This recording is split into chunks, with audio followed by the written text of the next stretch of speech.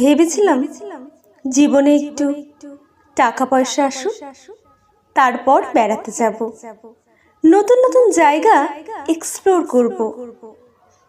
ভেবেছিলাম একটা চাকরি পেয়ে যাই, ব্যাস, তারপর আর জীবনে কোনো চিন্তাই থাকবে না। একটু থিতু হয়ে যাই, তারপরে নিজের শখগুলো নিয়ে ভাববো।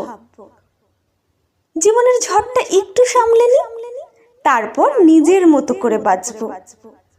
ছেলেমেয়েগুলো একটু বড় হয়ে যা, তারপর না হয় আবার আগের মতো বন্ধুদের সঙ্গে বেরোবো, ঘুরবো। এই তারপর তারপর করতে করতে জীবনের অর্ধেকটাই অতিবাহিত করার পর আমরা অনুভব করি যে এই তার আর কোনো পর আসে না। পুরো জীবনটাই আমরা কাটিয়ে দিই ভবিষ্যৎকালের কথা ভেবে, যার কোনো নিশ্চয়তাই নেই।